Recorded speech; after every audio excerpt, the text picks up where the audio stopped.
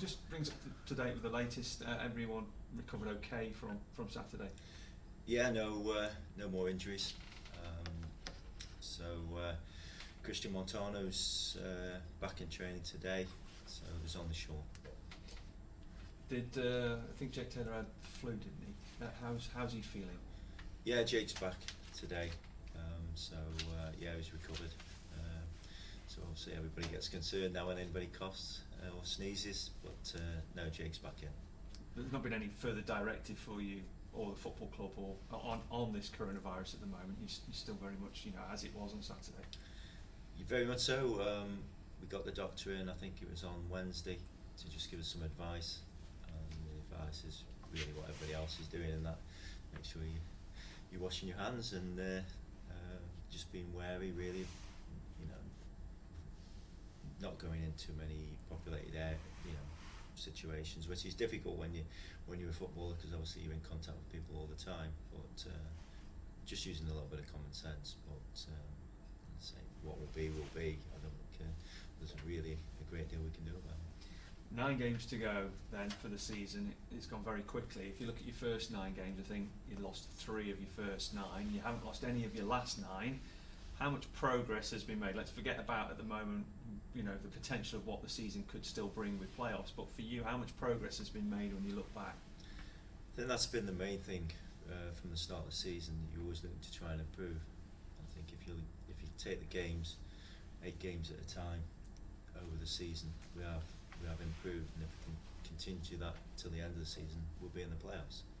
So no, it's been a good season as regards progress, but you're always worried about falling back, which we don't want to do. But the players are confident, as this showed on Saturday. I thought we should have got the 3 points. You can't ask any more of them.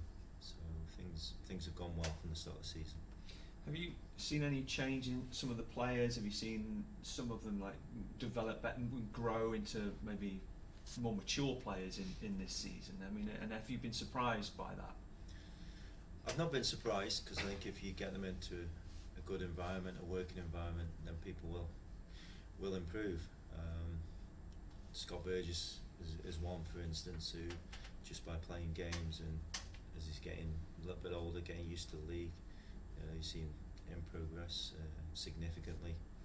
I would say James Gibbons, similar. I think James, when I first came in, was a little bit rash in his tackling. I know he's been suspended, had quite a few bookings, but overall I think he's maturing and learning when to go in, when not to.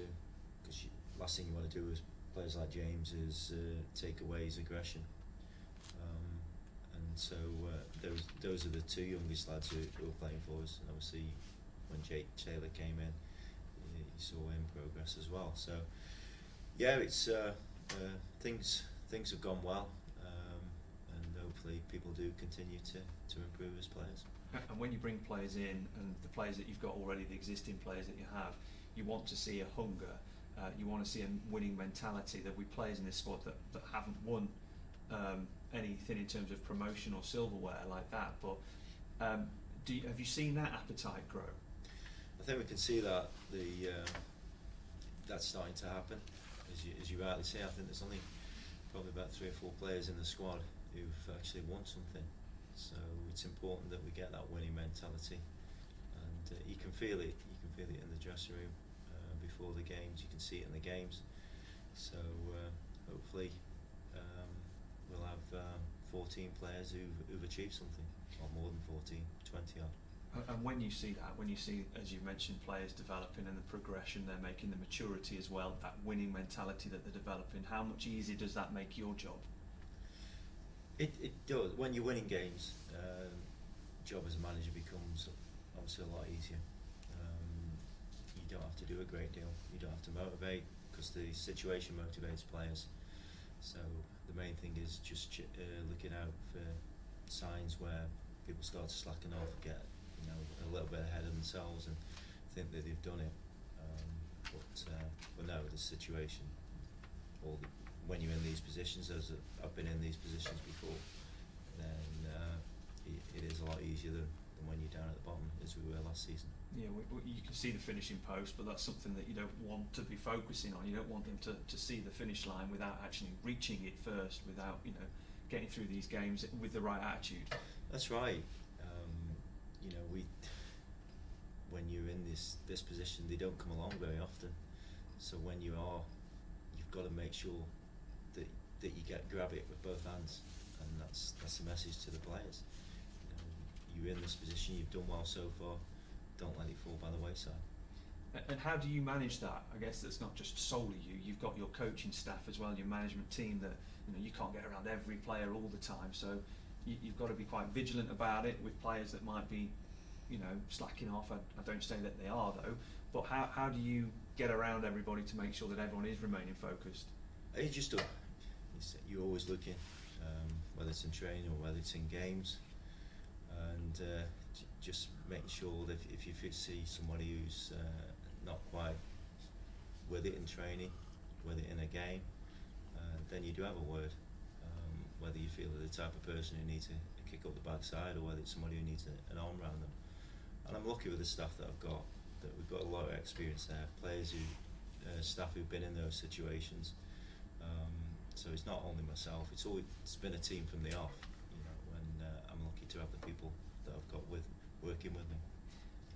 At the top end of the game, where there's more finances, there would be sports psychologists employed and all those sort of things. Is that something that you believe in? And if you had the finances, is that something that you would explore, or are you a little bit more sort of methodical and a bit more old school in your managerial approach? I think you have to be careful in how many people you get involved, and then you can get mixed messages, especially if it's people who are not used to being in a football environment. So I'm always guarded against having too many voices. You need to know what's being said to players.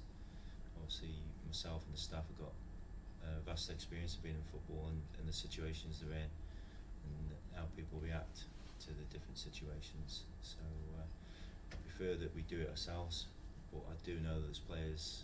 We've got 3 or 4 players who talk to people outside of football. Talking of players that will be thinking of other things as well, there'll be some players out of contract. Have you had any discussions with regards to that? Any further developments? I think David and Manuel Leake, any talks around their futures? Manny's got another year. David's obviously up at the end of the season. I think Leon Leggs agreed to sign for another year. So it's ongoing. It's always a difficult situation, because once you start speaking to one player, then obviously everybody's knocking on your door. Why aren't you speaking to me? There's also the players who their agents are talking to other clubs and they're waiting, don't want to speak yet, they want to leave it till the end of the season. But the situation we're in is all the clubs are going to be looking at our players. But it's just a norm for most football clubs. It puts you in an odd position as well when you're in a promotion chase, and there's players that perhaps you might want to talk to, there's players that might want to be spoken to, but you've also got to keep one eye on the future and what you might be building towards, so you can't be handing out contracts left, right and centre just yet. No, and when we haven't spoken to somebody, it's up to those players to show that they're worth a contract next season. So again, we've got competition for places, everybody wants to play because they want to progress with their football careers, whether it be here or whether it be at another club. So we're in a good position at the moment, as regards the players. They all seem to be happy with Port Vale Football Club. Whether we can offer them what they're looking for is another thing. But no, we're in a good position. So I'm pleased with who we've signed so far and the ones that we're talking to.